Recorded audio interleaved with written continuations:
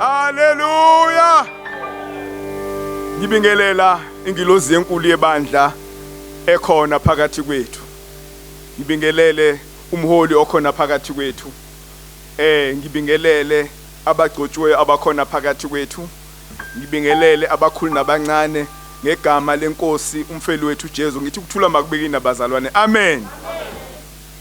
Ngicwele intokozo bazalwane emoyeni wami uma ngima phakathi kwenu ngaleli Sabbath la namhlanje. You know, when you have got a flash of emotions, you can't even talk. Ngoba there's just a lot that is just coming to your mind. Kodwa ngimele ukubonga bazalwane. Ukubonga uNkulunkulu uqala uthi umholi emthandazweni. Sibonga ukuthi kuze kube imanje aba no Paul wakhe uNkulunkulu usabagcinile.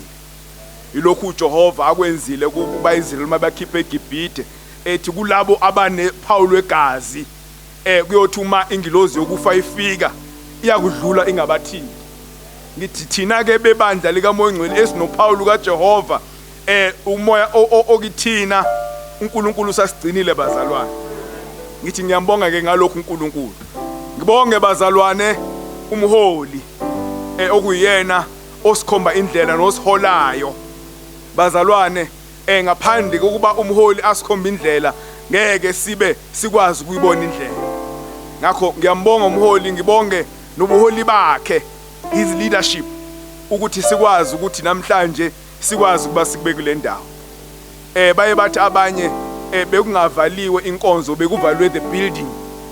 Ngakho sasiloku siqhubeka sithandaza ngamasabatha, sikhuleka nabagcotshwa, sikhuleka nekhonzikazi, ukukhulekelwa ukuba uNkulunkulu maka siguqule lesi simo. Simbonga ngalokho ke uNkulunkulu ukuthi uma sekwenzeka lokhu ukuthi sikwazi ukuthi siphinde sihlangane sithi malibongwe igama lika Jehova bazalwane. Amen. Bazalwane njengoba ngimi la anginawo amazwi amaningi ngaphandle kokuba koqala umukele ibandla njengoba umholi eseyikhomba indlela sesiyabuyela bazalwane ekuba simkhonze uNkulunkulu ngokuphelele. Ngakho ngithanda nokufisa ukuba ngilimukele ibandla ukuba sazi ukuba njengamanje kusuka la siyaphambili. Kusuka la asabuyele emuva kodwa siyaqhubeka nokumkhonza ngokuphela bazalwane. Amen. Ngibonge bazalwane our leadership yasothandweni nokuthe uma sikhuluma bazalwane konke lokho esikuhlelile kuhlelwe ngesikhathi esincane kakhulu. Kodwa ngibonge the leadership yasothandweni okuthe uma sikhuluma sibonisana ukuba singakwenza kanjani. Bakhuluma ngazwi linye bathi siyaphambili asibuyele emuva siyokwenza konke okusamandleni ethu ukuthi ibandla libuyele to normality. Nengithanda ukuba ngibabonge kakhulu ukuba sikwazi ukuba kuhlanganiswe umsebenzi wonke njengoba sesiuhlelile kuze kube manje bazalwane. Ngibonge nabaqokiwe ukuba basilekelele kulomsebenzi ukuba sibheke izimo zonke ukuba uma ibandla libuyela kungabi nobungozi phezulu kwebandla. Ngithi ngiyabonga kakhulu. I am really encouraged bazalwane uma umholi namhlanje esiqinisa ukuba singabi novalo kodwa sithembe kuNkulunkulu. Njengokusho kombhalo ethi there is no fear in God because God is love. La kukhona uNkulunkulu akukho ukwesaba azathi uPaul umpostoli asinikezwanga thina umoya obugwala kodwa sinikeza umoya esithi ngawo uma sikhuleka sithi aba baba. Ilo moya esihlangane ngawo bazalwane, that spirit of courage ukuthi uma siya kuNkulunkulu siye ngokwethemba ukuthi uNkulunkulu wethu siyamethemba ukuthi akukho lutho lokwenzeka uma simethemba uNkulunkulu. Ngakho ngiyabonga kakhulu bazalwane. Nengithanda ukuthi ngibeke lokhu phakathi kwebandla lasothandweni kanye nebandla lonke njengokuba sibe ibandla lokuqala ukumukela lo msebenzi ukuba asiwuthathe siqhubeke nawo sihlele senze konke okusemandleni ethu ukwenzela ukuba ibandla uma libuyela kube ukuthi zonke izinto zisendaweni yazo. Nathi sithe uma siqala namhlanje sathi asizukuba nebandla lonke kodwa sizomema kuphela labo okuyibona esibaqokile naloku sasiloku sisebenza nabo to prepare ukuthi sibe nalenkonzo engithatha njengenkonzo yokulungiselela inkonzo yokulungiselela silungiselela ibandla ukuba uma libuya lisithole sesilungile. Umyalezo wambazalwane mfishane kakhulu nokuthi ukunikeza ibandla the confidence yokuba ngaphezulu kokuba simthemba uNkulunkulu, we have also been responsible ukuthi we put all the measures that needs to be in place to make sure ukuthi mayibandla libuya lisesimeni esiphephile. Ngakho ngithanda ukuthi ebandleni lonke lasothandweni kanye nebandla lonke likamoya ingcwele to just share our experience, sazoba nesikhathi sokushare ukuthi what was the process behind us getting back to isukula namhlanje ukuba sikwazi ukuba sibuye sikhonze noma singaphelele kodwa what are the steps okuzolekelela nebandla lilonke ukuthi uma liqala umsebenzi walo lokulungiselela ukuzilungisela ukubuyela eindaweni zokukhonza kube ukuthi liyazi ibandla ukuthi iziphi izinto okumele lizibheke nelizolekelela kakhulu ukuba libuyele kahle ibandla lokubazalwane. Amen.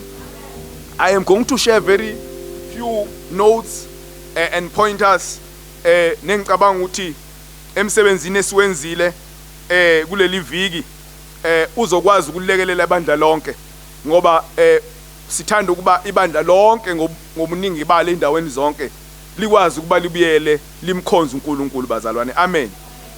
Ngakho ngizothinta very few things okube izinto esizilungiselele ngazo thina nengicabanga ukuthi lizolekelela ibandla kokuqala njengoba siyibandla we share a space with ibandla lase City Hill.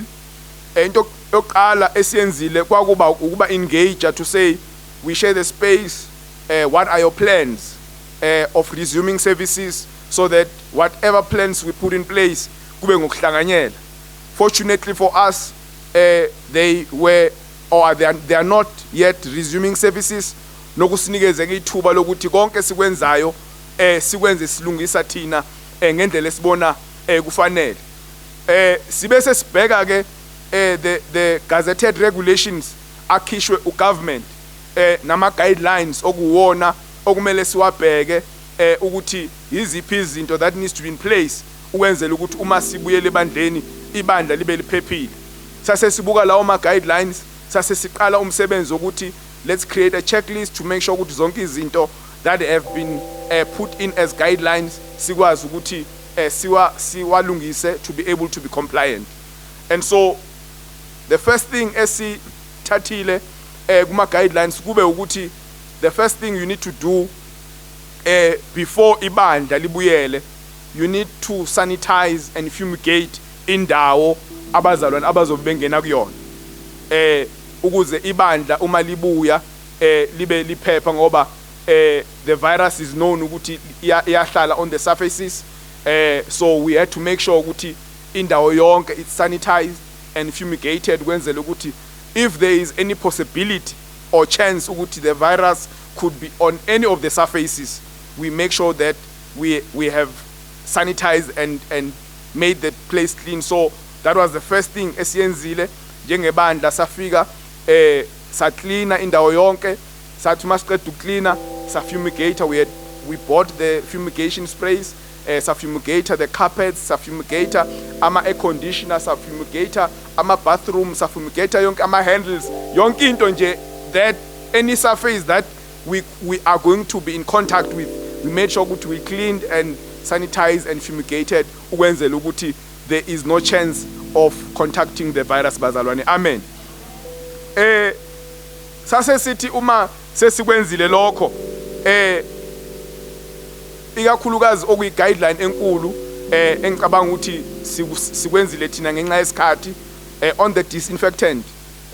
Kukhona ama disinfectants are very strong kakhulu okuthi ama guidelines awo you need to use them 48 hours before you come in, and then after that you open the air conditioners, fumigate, and allow another 24 hours. Kodwa ngenxa yesikhathi esasinaso salekelelwa kakhulu iCommittee nabagcotshiweyo ukuthi what we need to consider and use and what is highly recommended is the antiviral disinfectants, because they are safe and eco-friendly. So those are the fumigation sprays that we use, noma the disinfectants that we use ukwenzela ukuthi sikwazi ukuthi sisheshe sibuyele endaweni yokukhonza nesikwazile futhi namhlanje kuseni to even spray ngoba it is safe to use bazalwane. Amen. Okwesibili that we had to look into after having done the sanitation kwakukuthi ukubheka the screening yabazalwane uma abazalwane sebezobuya ukuthi when abazalwane bebuya we need to screen abazalwane, screen them, make sure ukuthi they don't have the symptoms and to make sure that they have the right temperatures as per the guidelines. So what we did is we acquired ama-thermometers amabili akwaziyo ukuthi, and we calibrated that sasesi wabeka entrance ukwenzela ukuthi uma abazalwane befika, the first thing that they need to do is we get their temperatures and we record that, and then we screen. There's a form that we have prepared.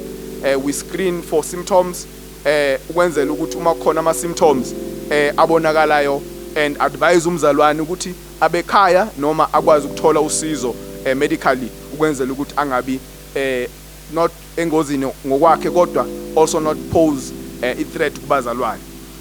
Sase sibuka futhi in terms of screening ukuthi if abazalwane bebe ne temperature ephezulu, what will request ukuthi umzalwane akwazi ukuthi abuyele ekhaya or else be referred. There is a toll-free number where you call in and get guidance in terms of how you need to respond, and so that is the procedure that we've put in place ukwenzela ukuthi uma kwenzeka ukuthi omunye wabazalwane bethu ofikayo afike ne temperature ephezulu sikwazi ukuba sim-attende ngendlela efanele and guide them in terms of how they can respond. Uma kwenzeka phakathi kwethu njengoba sikhona manje kuba khona umzalwane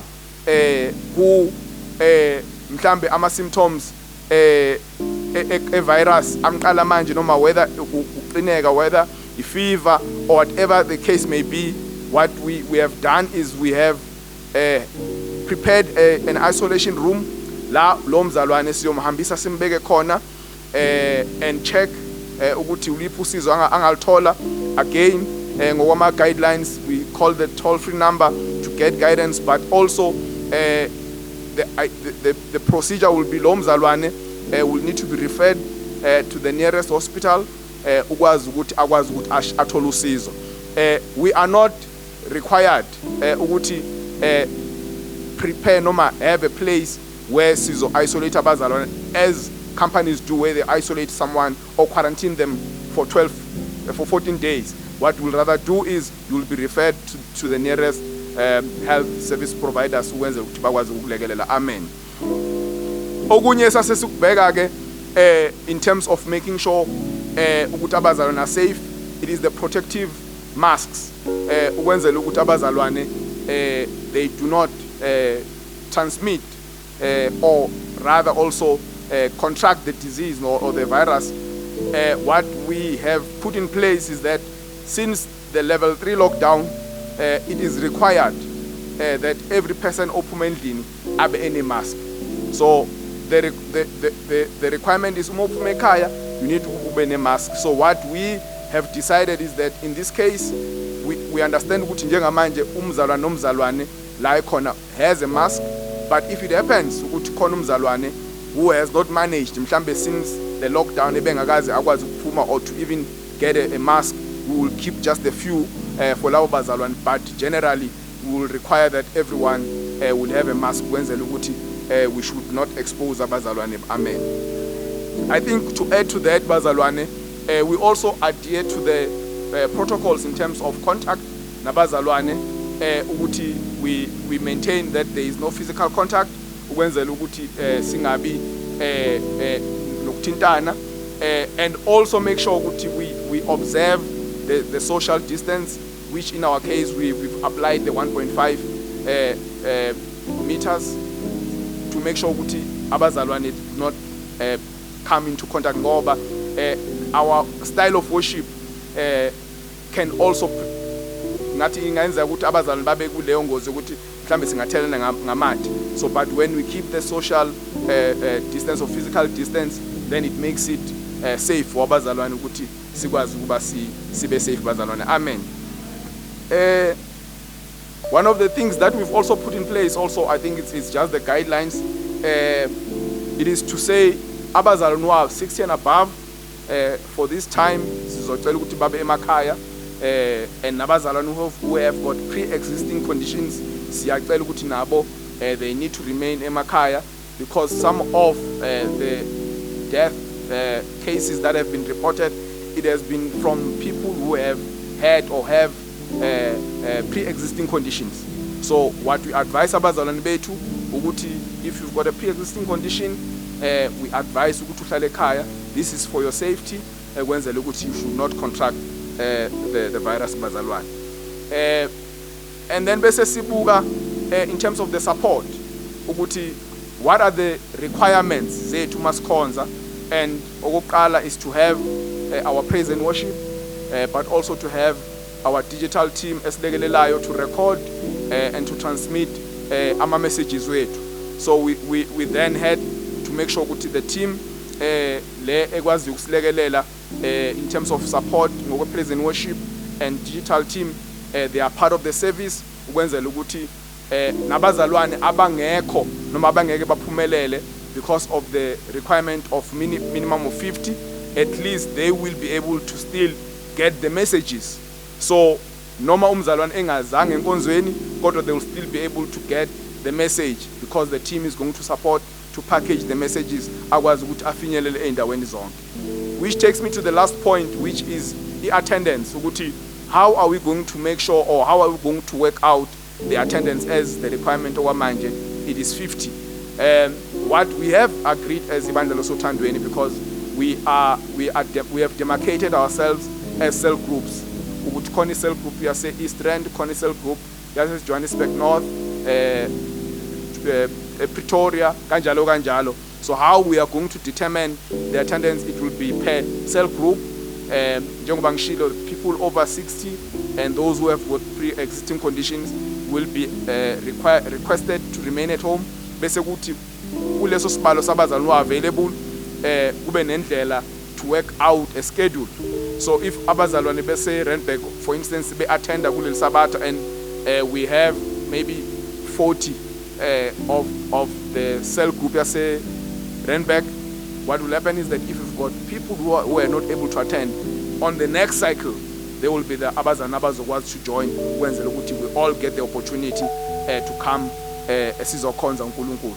So that is going to be worked out, and a schedule will be circulated kubazalwane, so that each and every person gets an opportunity to come and be part of the service, because we all have been waiting for this isikhathi bazalwane.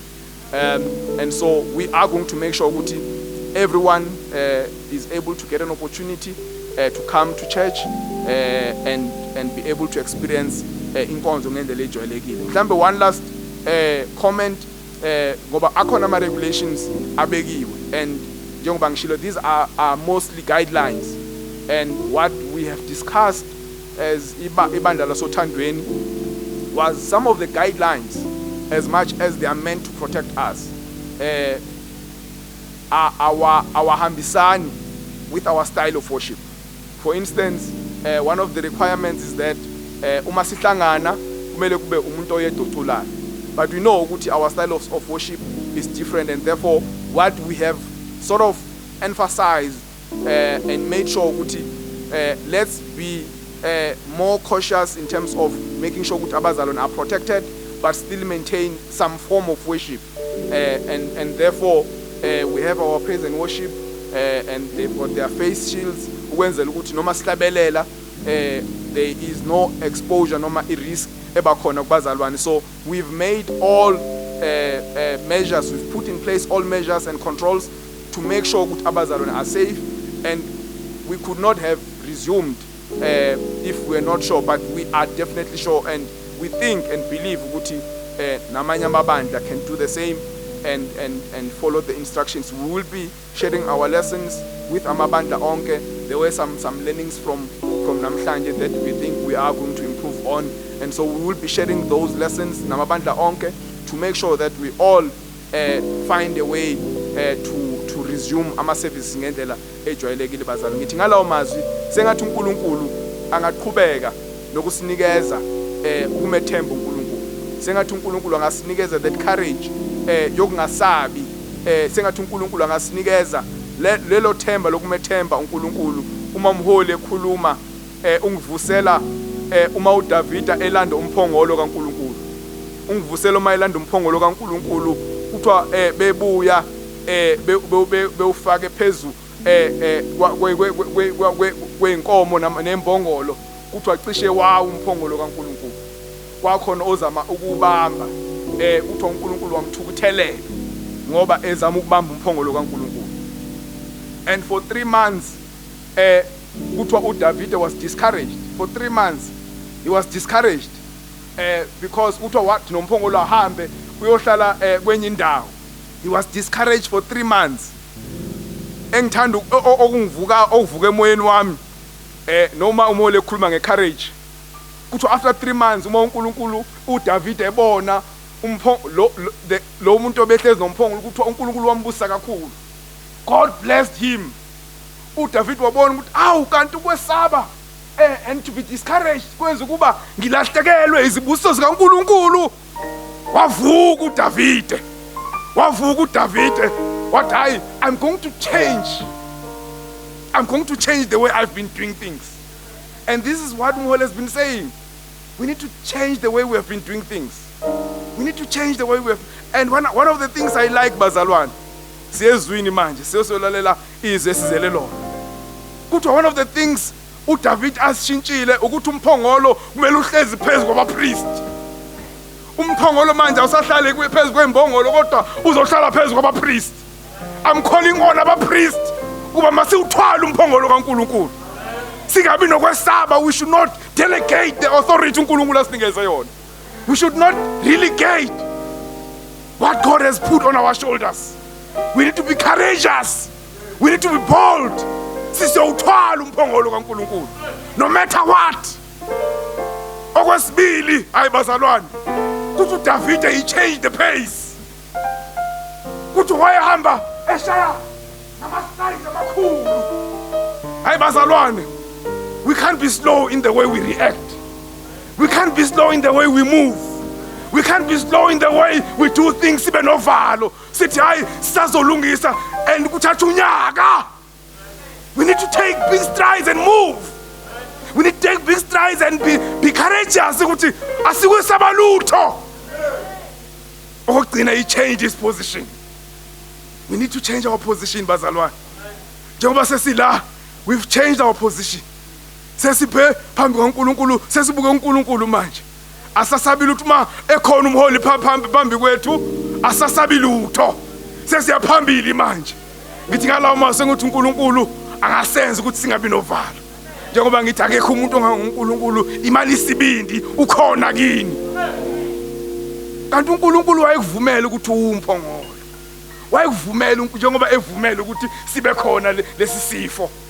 Wayekuvumela uNkulunkulu kodwa what he required from them. He required them ukuthi they need to change the way they do things. And I hope ukuthi lesi sifo has challenged us in terms of the way we have been doing things. And it requires to say, have we been doing things the way we ought to?